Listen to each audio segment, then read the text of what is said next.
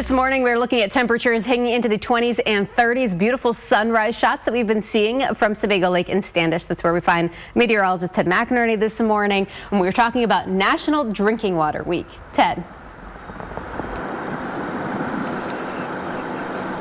Yeah, absolutely, Mallory. You don't realize that the water source you have here in Maine is absolutely phenomenal, and maybe you don't know much about it. That's why we're bringing in Paul Hunt. He's the environmental manager with the Portland Water District. We're just looking out and taking a gander at the water and just how beautiful it is this morning. And what is the premise behind National Drinking Water Week?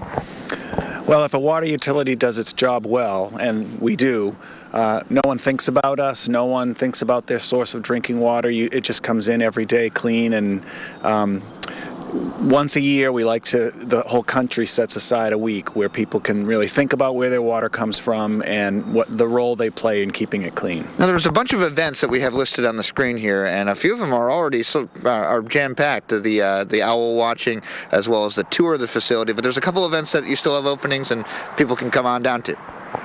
Yeah, we have land around the southern shore of Sebago Lake that's owned by the water utility and is open for free public access. And we have two events that are on that land this week. One is a hike with the person who manages the land, and the other is a Earth Jams concert, which is geared toward kids, and it's a folk singer who will sing about environmental songs with an environmental message to them. And it connects people to the water source they drink and use every day, right?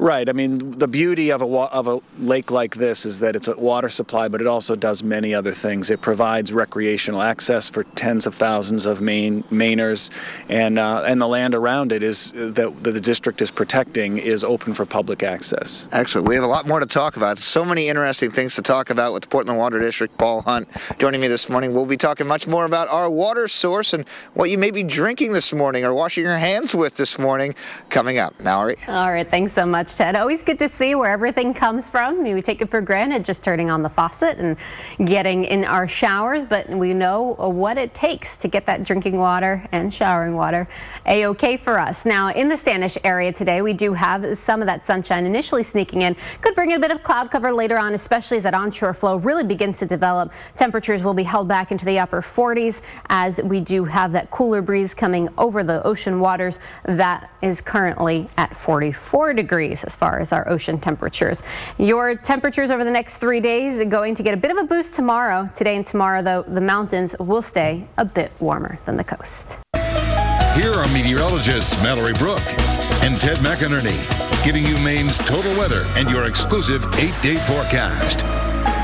We have clear sky over a lot of inland areas this morning. The cloud cover hovering into southern York County right now. Out live, we have meteorologist Ted McInerney in Standish. A beautiful view along Sebago Lake there this morning. Ted. Lots of wildlife out here, Mallory. We saw a fox earlier taking a little drink of water from the clean Sebago Lake. A lot of birds out here as well chirping this morning. I want to step out of the way. It's a cool morning. We're at 34 degrees in Sebago Lake. Winds are from the north, about 8 miles an hour. It's making it feel like 27 degrees at the bus stop. You definitely will need a sweatshirt or a jacket this morning. That wind chill factor in the coastal land areas as well as inland. And into the mountains, you're in the mid-20s. It's going to be a sunny day, but take a look at this shot here. We're zooming in on my photographer, Frank. Just an absolutely spectacular view of the lake this morning. It's one of those peaceful mornings with a pink sky.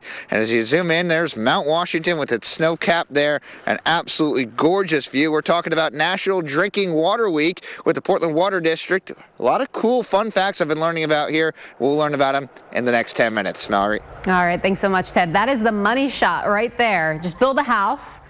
Build a porch and look at that all day long. Looking phenomenal. We'll check back in with you in just a few moments. And of course, we will have those temperatures very similar to what we had yesterday, especially along the coast. 49 in Portland, your high yesterday, 56 in Freiburg.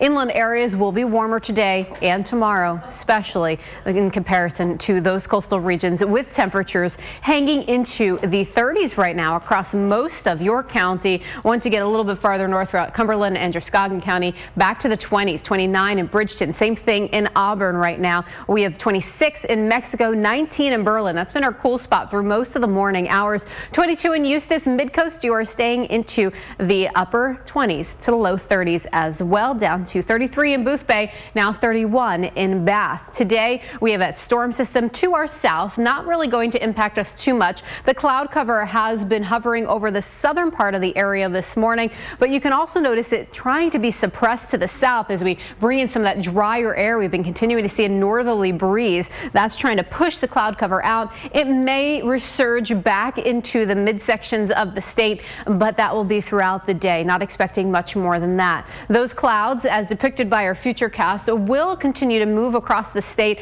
This is really thick in comparison to what I think we'll actually see. We do have the onshore breeze, which will keep a little bit of that marine influence to our coastal areas, but inland will have plenty of sunshine today as well. Once we move into the afternoon and evening, the clouds are still mostly into the coastal areas. Same thing for tomorrow morning, and then we become mostly clear. Saturday is our last clear, dry day until we get into some point next week. So things will definitely be changing Sunday morning, of course, bringing that thicker cloud cover. On the water today, we initially have that wind out of the east, and that's going to bring in a blustery, cool flow up to about 20 knots with that water temperature of 44 degrees. We have those highs staying at about 50 for the coastline, that cooler coastline, of course, and seasonably cool overall. Tonight will still technically be cool, not quite as cold as the last few nights, especially the evening before. We were in the 20s, but we will be in the 30s the next few nights and actually being a bit more seasonable into next week. Showers come in for Sunday and Monday. We are looking at a cool down for Monday as well. Tuesday might be a brief break for us before another round of showers come in for Wednesday and Thursday. Showers abound. Yes, for the first about 5 days of May. So today, what we have for tomorrow, get the feel of maybe getting outside and getting that sunshine. Exactly. All right, Mallory, thank you.